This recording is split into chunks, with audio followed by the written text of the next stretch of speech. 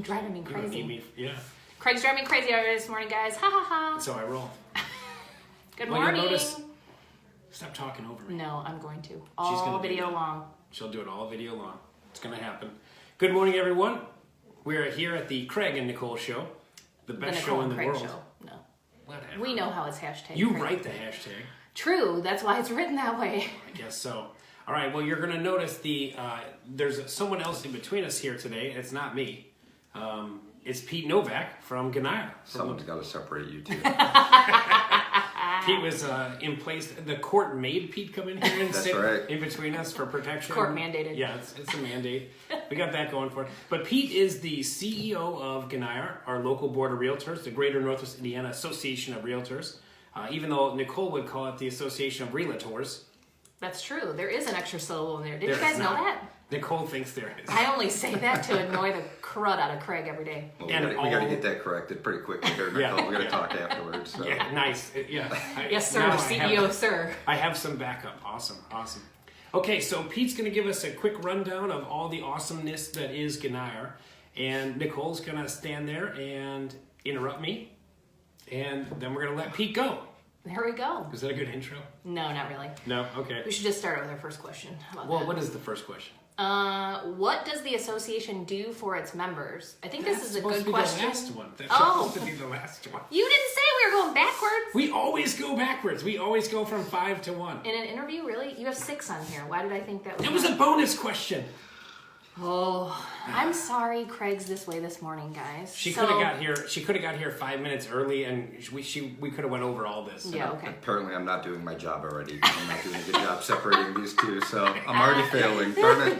All right. Well, let's start off Nicole's way with number 1. What does the association do for its members? Simply, I could describe that simply. We protect our members' livelihood and our profession. But to elaborate on that, we do a lot of different things. I mean, mainly we advocate on behalf of our members. That's one of the most important things that we do. We educate our members, try to keep them abreast of what's happening locally and nationally in real estate. We own and operate the multiple listing service, which obviously a lot of our members use, of course.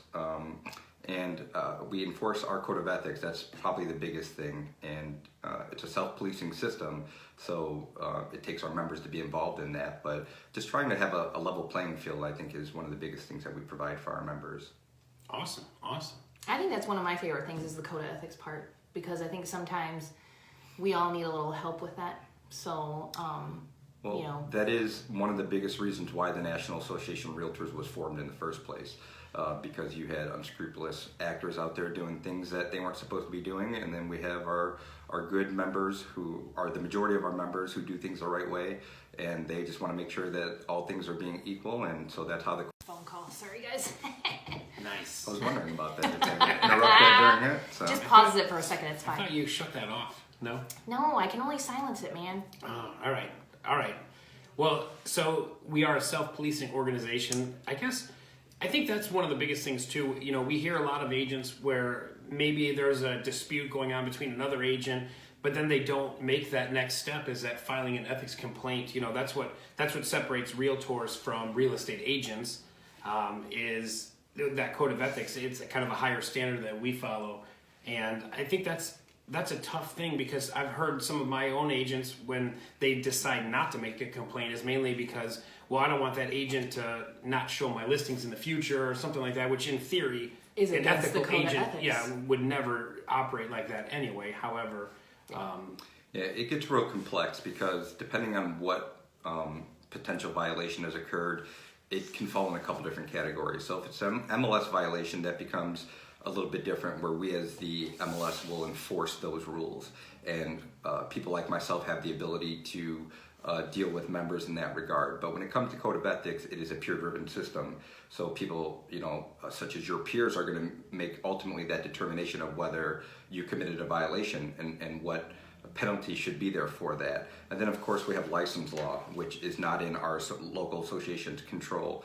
And then now you're talking the Attorney General, the Real Estate Commission. And sometimes that gets frustrating too because they don't always act quickly. They don't always tell you exactly what's going on with any investigation that they do. So that's where it becomes complex and frustrating for members because depending on what the issue is, it could fall in any of those different avenues. And sometimes members want that sort of immediate gratification that they called someone and someone did something about something. But as you guys know, real estate's a lot more complex than that. And sometimes it takes a little bit of time, but at the end of the day, we are a self-policing organization. We are held to a higher standard, and we hope that all of our members will, live up to those standards. But unfortunately, they don't, and it's going to take our members to file complaints to make sure that we get those individuals that aren't following the rules. Corrective action is put in place for them. So remember, realtors, if you see something, say something. I know Very you're joking true. about that, but Very honestly, true. a good portion of where we fail is that we don't have members that are willing to step up. And I know that's uncomfortable. That's one part that we totally understand. These potentially are people you've cooperated with, maybe currently are cooperating with, you potentially will cooperate in the future with, but at the end of the day, their activity won't stop unless we get members to file the complaints and that we have a chance to take a look at those things and take corrective action where violations occur. Excellent. All Excellent. right, sounds good. Well, I think we answered that question. I think we Pretty did. good, yeah. I think Yep. we nailed it. Good job, Pete. Thank you, I appreciate that. And I separated Oh, you guys God. effectively now here in the last 2 minutes, so you're working together now. So that's We're good. working together. Hanson and Craig on the same page. Uh-huh. It's a great time. Okay. What would you consider a great tip for an experienced agent when dealing with the board? We put on a lot of different programs, services. We provide a lot of different technology. I guess my tip to agents that have been in the business for a while is don't get stuck in doing the same old things. Be open to learning new things. Our industry is constantly evolving. It's constantly changing. I've been in this business specifically with GNIAR for 12 years. And if I look back at what it was like 12 years ago versus what it's like today, it's changed vastly. So that would probably be my advice to an experienced agent is, don't get stuck in your old habits. Take a look at what things are available to you and try to learn those things. I see that far too often that doesn't happen in my opinion. Nicole, do you got anything to add to that? Because I do have one thing I'd like to add. I don't know. I guess I'm an experienced agent now, and I kind of do. I guess with the MLS, I do sit with the same stuff. I'm sure I do, like a lot of you guys do, and I just said, okay, on the screen, the messages that come, because all I'm trying to do is work and get into there. I do like now that on the MLS, they've now repeated that on that left side, right? So that you can't just click out of it, it's in your face every time you log in, so that's something that's good. But I think a lot of it is, like when I started, I took like the classes about the MLS and stuff in the beginning that showed me how to, now when I do comps, like my main board just tells me literally every single detail I need to do a comp versus me having to open each one and, look at all of them. But I learned that from some of the classes that I took when I started with the MLS. Yeah, there's a lot of things you can customize to fit what you're looking for. And I guess that's really what I'm saying is I often hear complaints or questions from members where I don't want to say that what they're asking for they can already potentially do. They're just not doing it. Yeah. So, but I get it. Real estate is overwhelming. You have a lot of different things going on. Let alone with your clients, but from the association perspective, you have the National Association, State Association, you're getting emails daily, so it can be overwhelming. I get it, even for experienced agents, but again, there's a lot of opportunity for you to learn new things. There's a lot of things that we provide that members aren't taking advantage of, and I would just encourage any members, even new members or existing members, to always look to us to be a resource. We're happy to help you with any of that stuff. We're happy to walk you through, call our staff. You're not bothering us. That's what we're there for.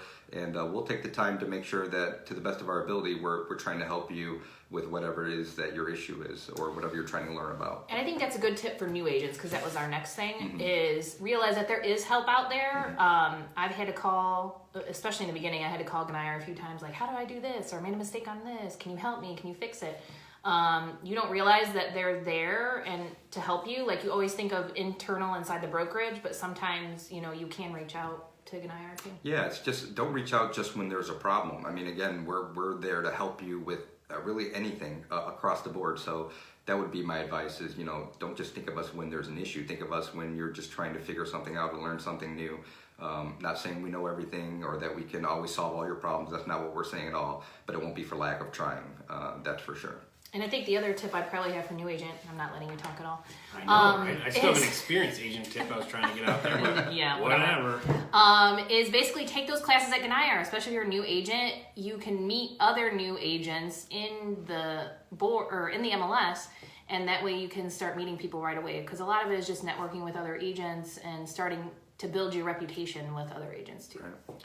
I think that's great. And my one tip I was going to give for experienced agents is after you've kind of established a good foothold in the career of real estate and things like that, consider getting involved in the board. There's tons of opportunity. There's tons of committees that you can get involved with. They're doing great things. I know a lot of us know RPAC events and things like that are going on, but there's tons of great stuff going on at the board. We post a lot of it now on the GNIAR Facebook page. If you're not a member of GNIAR Facebook page and you are a realtor member, a member of the association, I would consider, sending a friend request to the board or whatever, on the Facebook page and joining that. So here's the question, because I've thought about it before, but for me, like I have 6-year-old twins at home, I run this real estate team, like how much of a time commitment is being on the board? I would say it's as little or as much as you're willing to volunteer. I mean, it is a volunteer board, it is all the events that we do are volunteer led and driven and things like that. I think it's as much as you can handle, I guess. And like you said earlier, when you go to a CE class at GNIAR, you meet all these brokers from across the 5 different counties. So you get to meet interesting people, other realtors that it's going to be helpful to do a deal with another realtor that you know personally. It helps, it definitely helps. So I think getting involved is good. I'm on the board now, and I would say maybe 3 hours a month, maybe, because we have the one board meeting that's usually about 2 hours, and then I'm in a couple different committees that if you average it out, it's probably another one meeting a month or something like that. So it's really not bad. I was going to answer it the same exact way you did. It is whatever you want to make of it. We never turn away good help. So whether you wanted to commit 30 minutes a month, a year, it doesn't matter. We're going to take your help.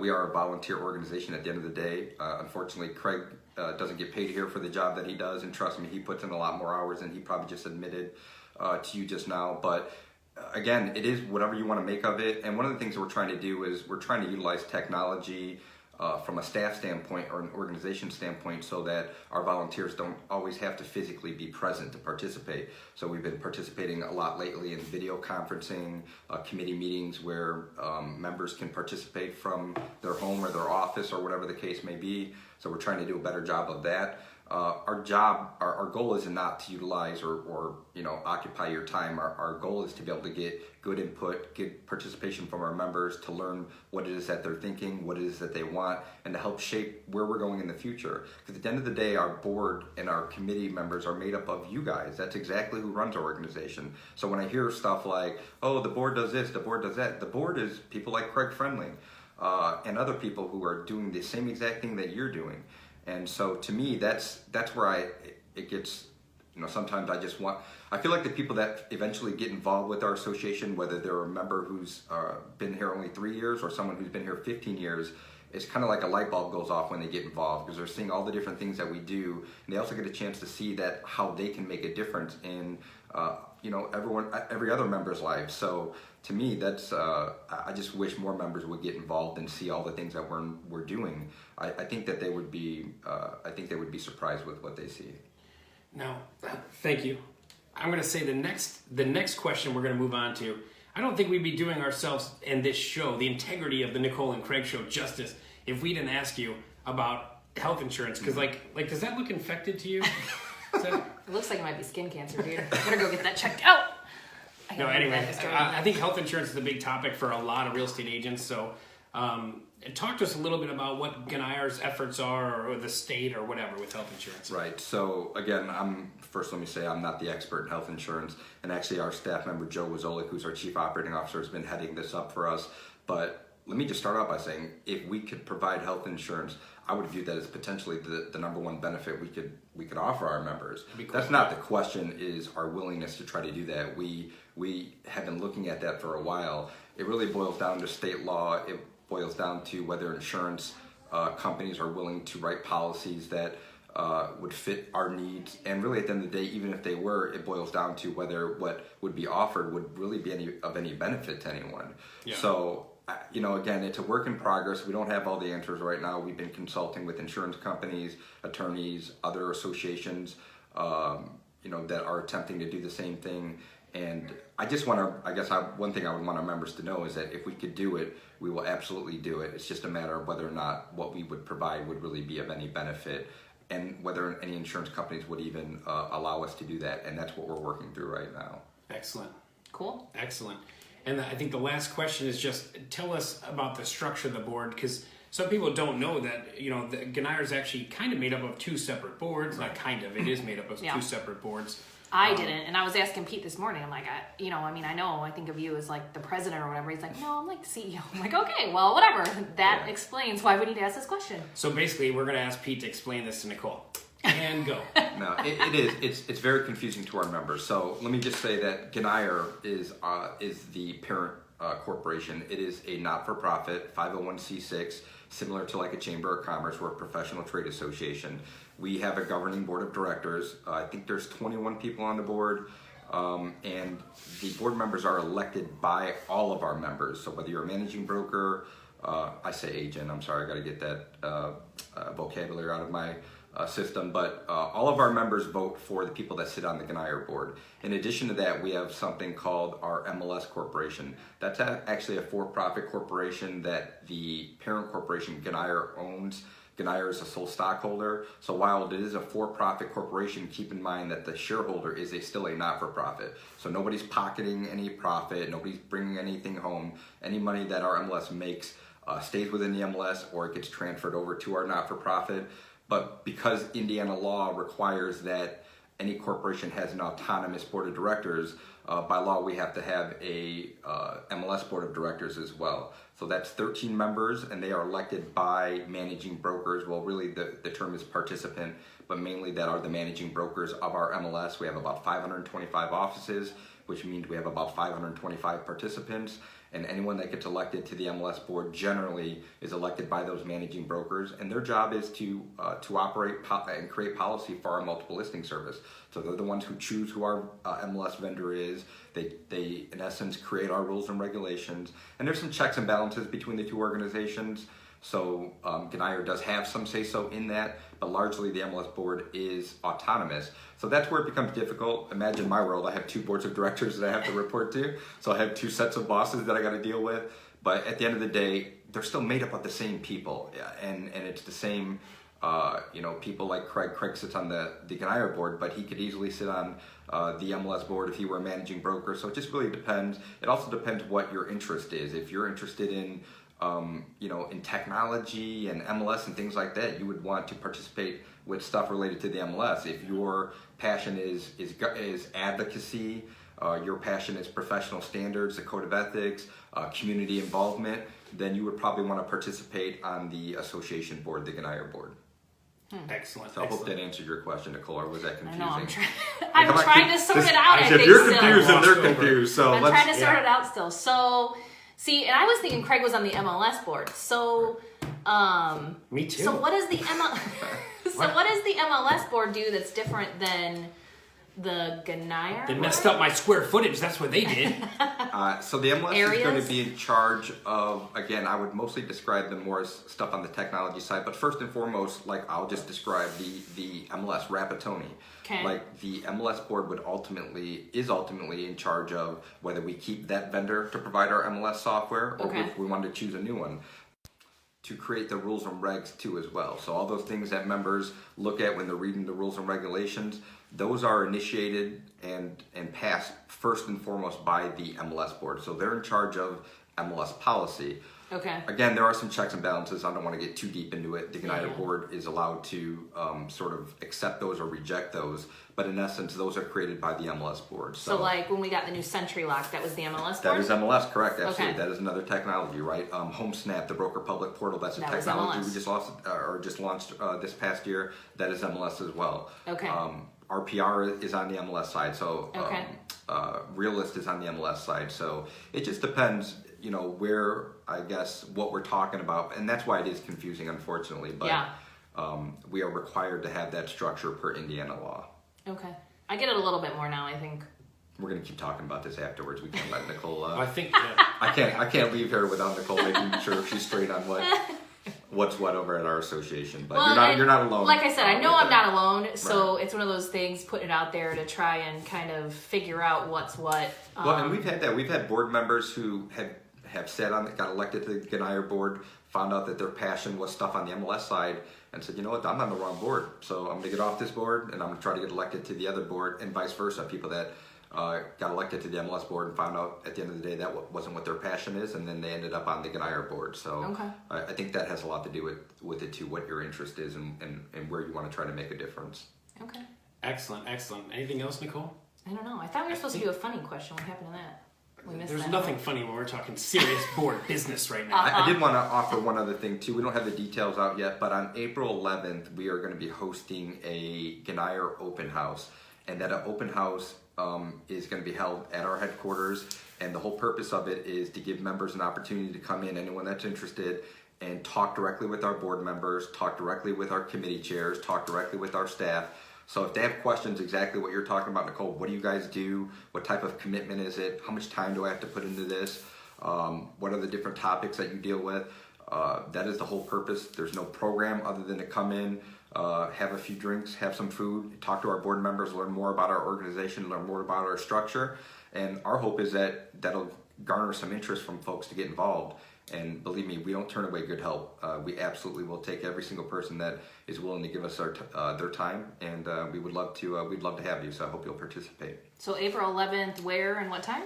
It's going to be, the details aren't confirmed yet, but basically it'll be from 4:30 to 7:30, I believe, as of now. That may be subject to change slightly. And it will be at our office in Maryville. Okay. And again, we'll send information out to membership, but it's just an open house. You can come and go as you please.